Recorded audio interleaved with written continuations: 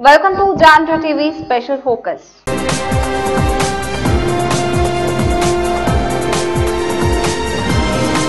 ప్రస్తుతం రాష్ట్రంలో మరో హాట్ టాపిక్ గా మారుతున్న విషయం చలమటిశెట్టి సునీల్.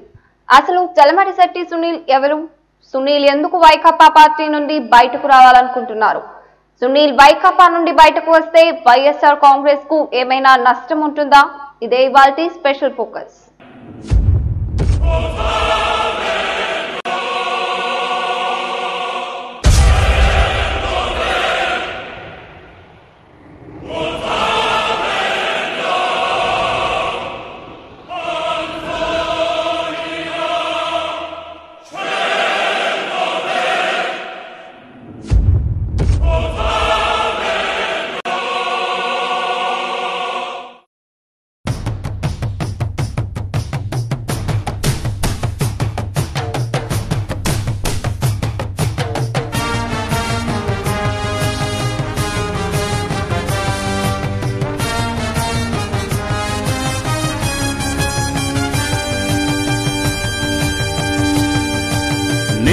సైతం ప్రజారాజ్యపు సేవకుడినై సేవ చేస్తాను.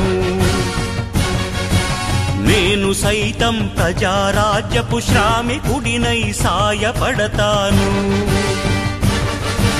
నేను సైతం ప్రజారాజ్యపు సైనికుడినై పోరు సలిపేను. నేను సైతం ప్రజారాజ్యపు సేవకుడినై సేవ చేస్తాను.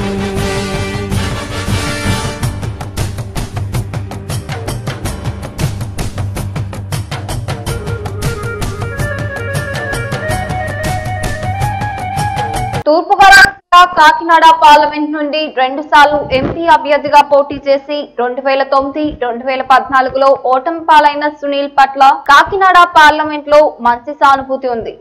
బేసిక్ గా సునీల్ ఎటువంటి వివాదాస్పద వ్యాఖ్యలు చేసిన సందర్భాలు ఉండవని మనం చెప్పుకోవచ్చు. చలమటిశెట్టి సునీల్ ఇంగ్లాండ్ దేశంలో మాస్టర్స్ బిజినెస్ మేనేజ్మెంట్ పూర్తి చేశారు.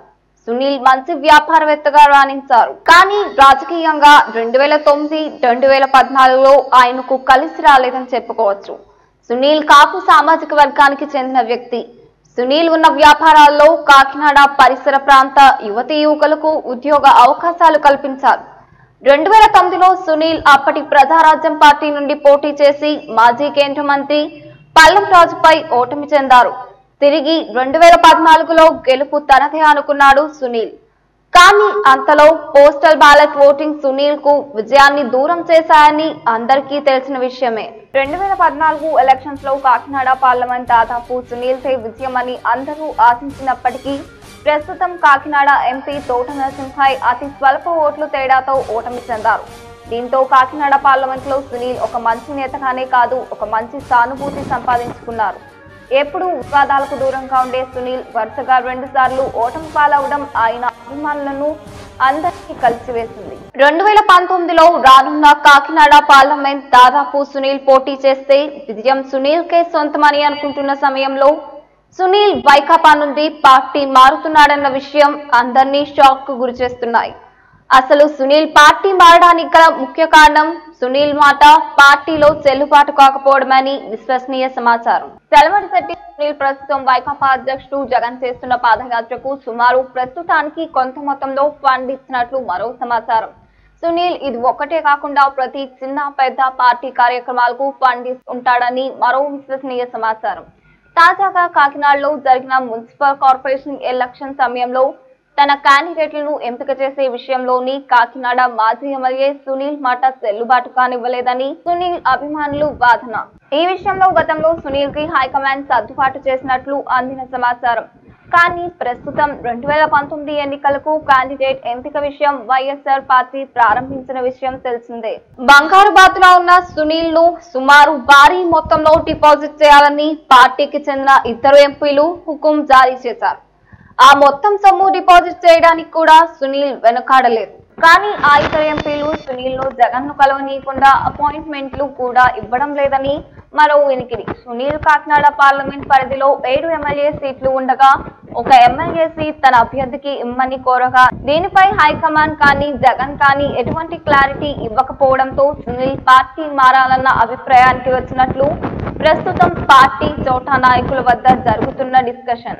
ఏది ఏమైనా సునీల్ వైకాపా నుండి బయటకు వస్తే ఇటు వైఎస్ఆర్ పార్టీకి అటు సునీల్ కి కూడా నష్టం కలిగే అవకాశం అత్యధికంగా ఉంటుందని చెప్పవచ్చు.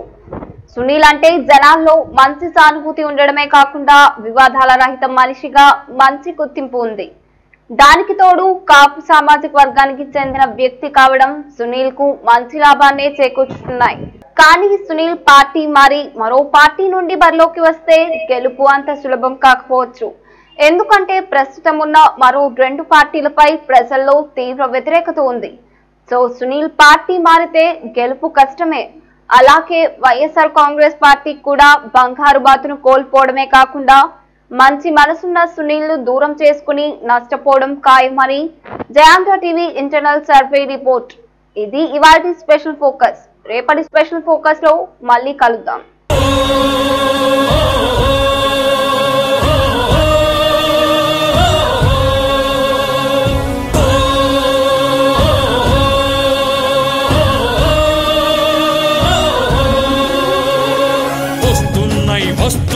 వస్తున్నాయి అవిగో జగన్నాథ రథ చక్రాలు వస్తున్నాయి విగో వస్తున్నాయి అవిగో జగన్నాథ రథ చక్రాలు వస్తున్నాయి విగో తోసుకుంటూ ప్రజల బాధ మోసుకుంటూ